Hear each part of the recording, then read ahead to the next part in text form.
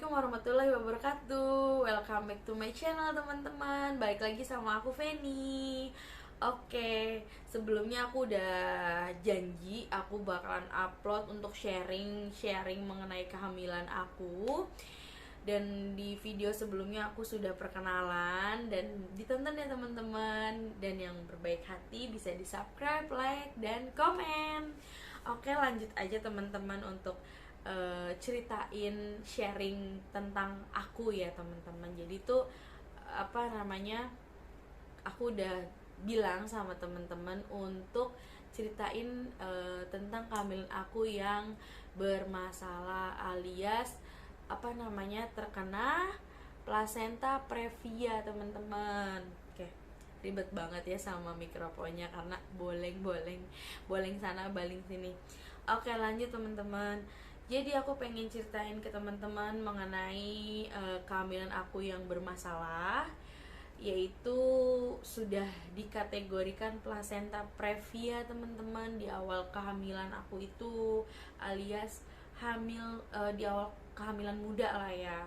Nah, oke teman-teman, terus ikutin video aku sampai terakhir, jangan di skip biar nggak ada rancu, dan buat kalian yang lagi mengalaminya, kalian bisa semangat lagi, dan ini mungkin bisa support baik buat teman-teman yang lagi hamil ya.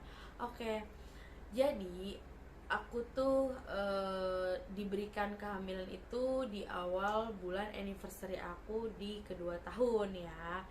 Dan awal kehamilan itu masih baik-baik aja teman-teman, tapi di kehamilan aku mendekati 2 bulan aku perdarahan. Nah, singkat cerita teman-teman, awal aku hamil itu aku tuh kayak yang orangnya tuh nggak pernah mau beli test pack gitu kan, tapi kayak waktu itu ada yang feeling banget gitu waktu itu, kayak yang beli test pack, kayak hati kecil tuh ngomong kayak gitu, dan kayak ada bisikan gitu kan. Mungkin kayak memang feelingnya kuat banget ya sebagai perempuan, apalagi kita sebagai ibu yang udah punya anak dan lagi hamil, calon ibu.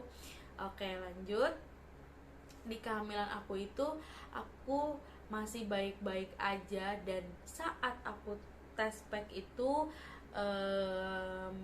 garisnya 2 tapi yang satu samar teman-teman. Nah, buat teman-teman juga yang mengalami garis 2 tapi samar, kalian bisa test pack lagi di 5 hari kemudian sama kayak aku, atau 3 hari kemudian ya teman-teman. Aku test pack lagi dan garisnya sudah 2, merah kerang.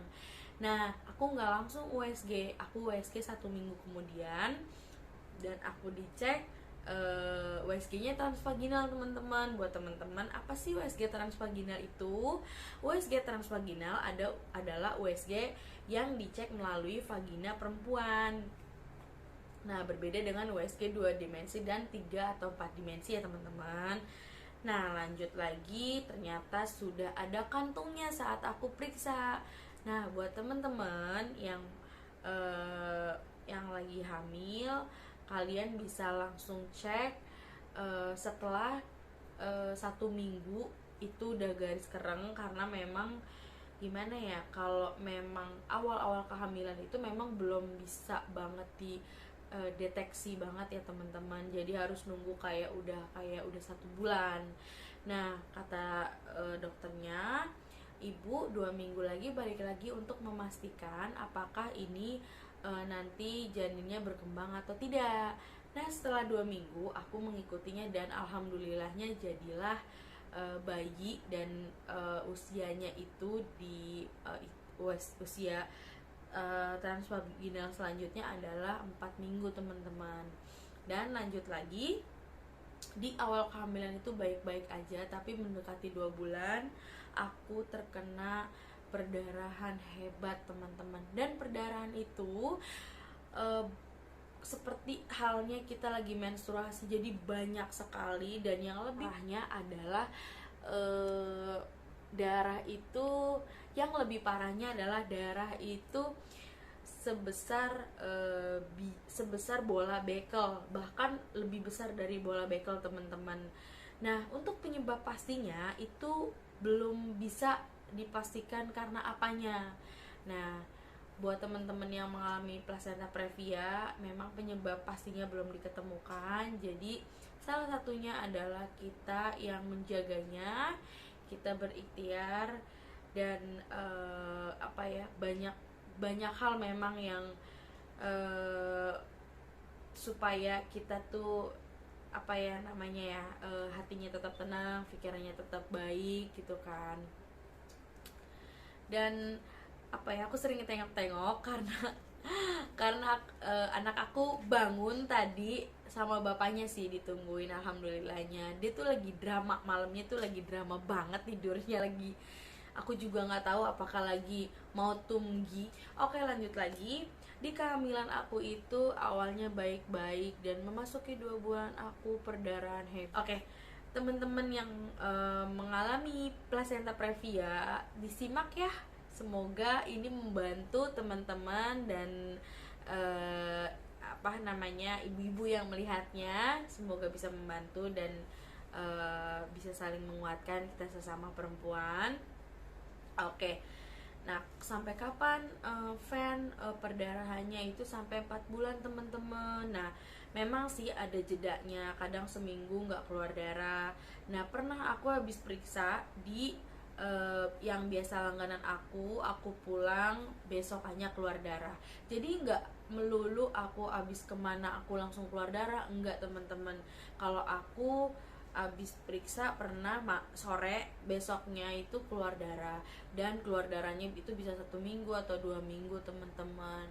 Dan pencegahan supaya nggak keluar darah ya kita harus bed rest teman-teman. Bed rest total itu yang artinya dimana kita harus rebahan aja di kamar, bahkan kita nggak bisa kemana-mana teman-teman, karena memang fatal akibatnya kalau memang kita warawiri gojol gajlik. Oke, memang ini banyak pro dan kontra mungkin ya kalau memang aku bilang harus bed rest total.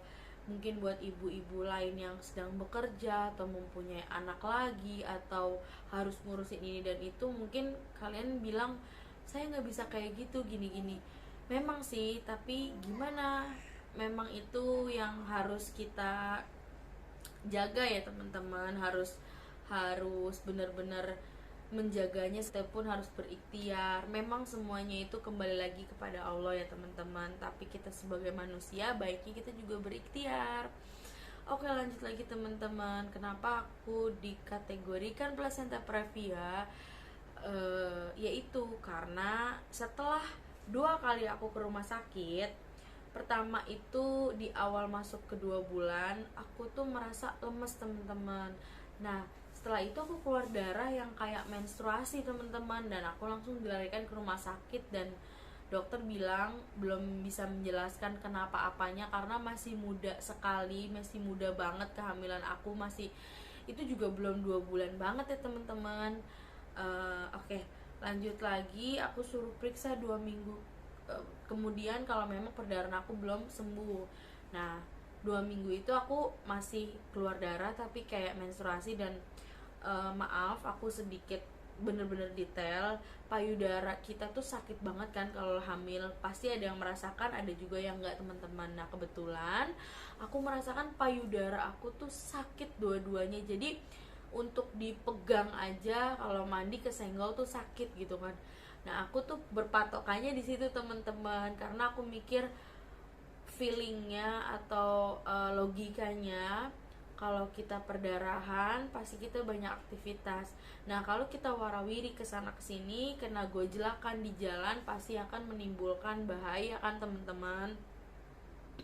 Nah, aku mikirnya kayak yang duh gimana ya, tapi payudara aku masih sakit gitu, karena kan di usia semuda itu belum ada gerakan di dalam perut ya teman-teman. Jadi aku cuma berpatokan payudara aku masih sakit kok.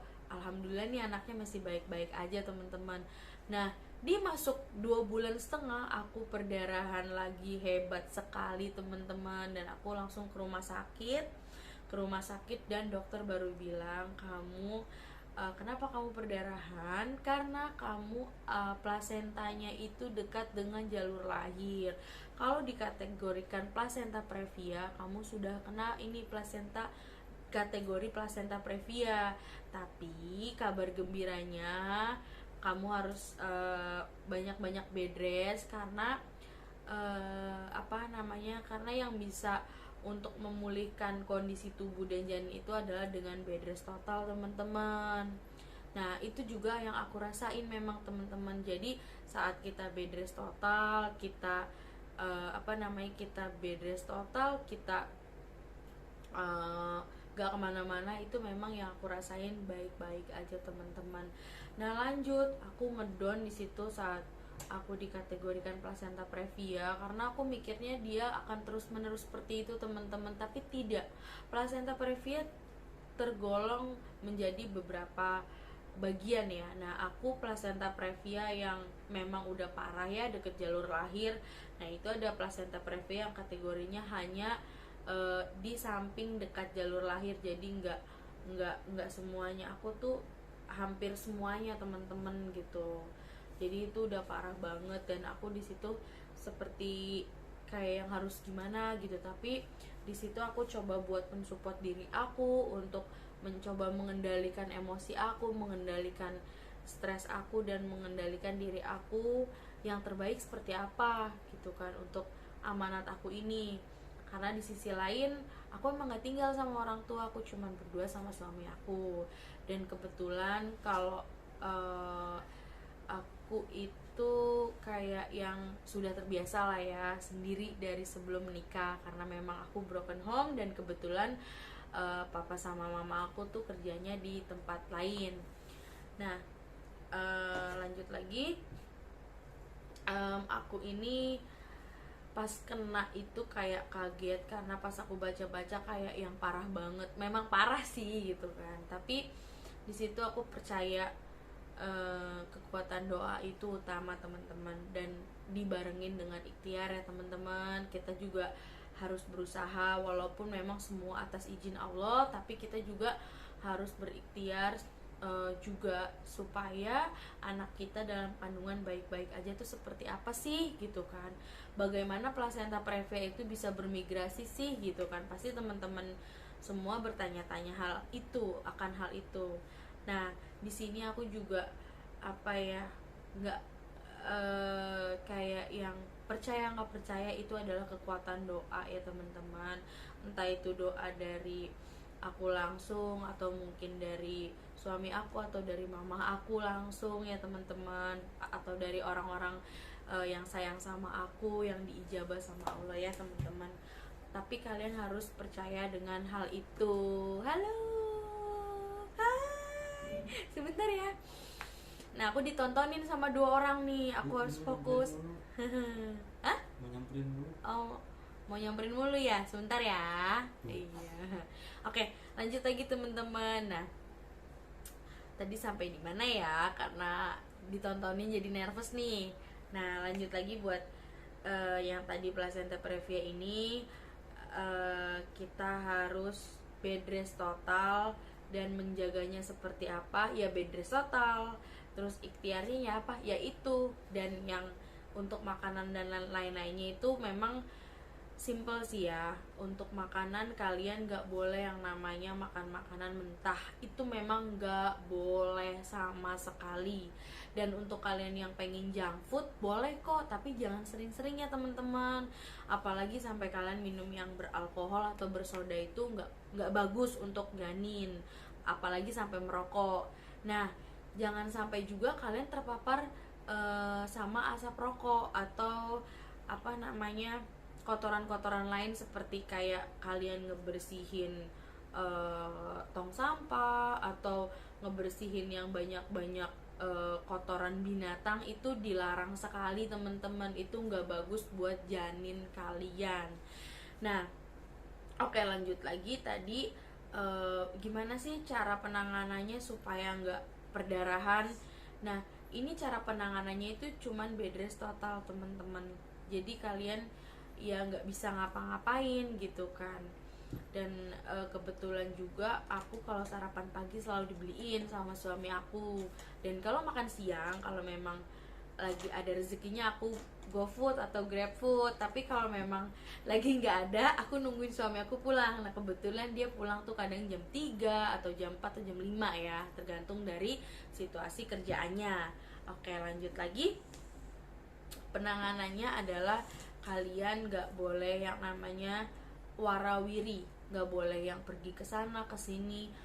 Sampai naik motor itu kan, atau naik kendaraan lain seperti mobil atau angkutan umum, atau pokoknya naik kendaraan apapun itu, jangan dulu ya teman-teman sampai dikategorikan plasenta itu bermigrasi atau sudah pindah. Jadi baiknya menjaga sampai si plasentanya itu bermigrasi ya. Kalian bisa tarik nafas lega karena kalian bisa untuk bepergian walaupun gak bisa jauh-jauh ya teman-teman. Karena bagaimanapun di usia kehamilan kalian mau muda mau tua atau bermasalah atau tidak bermasalahnya, sangat tidak disarankan untuk bepergian jauh. Itu banyak banyak banyak banyak hal yang harus dipertimbangkan lah ya. Atau mungkin kalian yang punya dokter, atau kalian sering berobat, kalian bisa konsultasikan boleh atau tidaknya bepergian ke sekian jarak jauhnya, seperti itu ya teman-teman. Nah apalagi seperti kayak aku yang sudah dikategorikan plasenta previa, itu nggak boleh pergi kemana-mana. Nah nggak boleh banyak aktivitas ya kan. Jadi yaitu pokoknya menjaganya adalah bed rest total. Kedua, kalian harus banyak makanan yang sehat. Sehat bukan berarti harus mahal ya teman-teman. Kalian bisa kok beli sayur bayam satu ikat. Kalau nggak ada wortel atau jagung ya udah pakai bayam goreng tempe. Kalau memang kalian mikir aduh kayak gitu bikin enek nih, aku lagi mual, boleh tambah sambal gitu kan. Nah kebetulan aku juga kayak yang suka banget sayuran rebus terus dicocol sambal pakai nasi, tuh aku udah suka banget gitu. Karena kalau waktu hamil itu, di usia aku awal muda sampai perdarahan di 2 bulan itu, malah 3 bulan aku nggak nafsu makan apapun. Dan kayak makan cuma sesuap 2 suap udah. Jadi kayak yang aduh gimana nih gitu kan, gimana nih kondisi bayi aku, tapi aku nggak bisa makan, tapi nggak muntah temen-temen, cuman uwe-uwean doang gitu.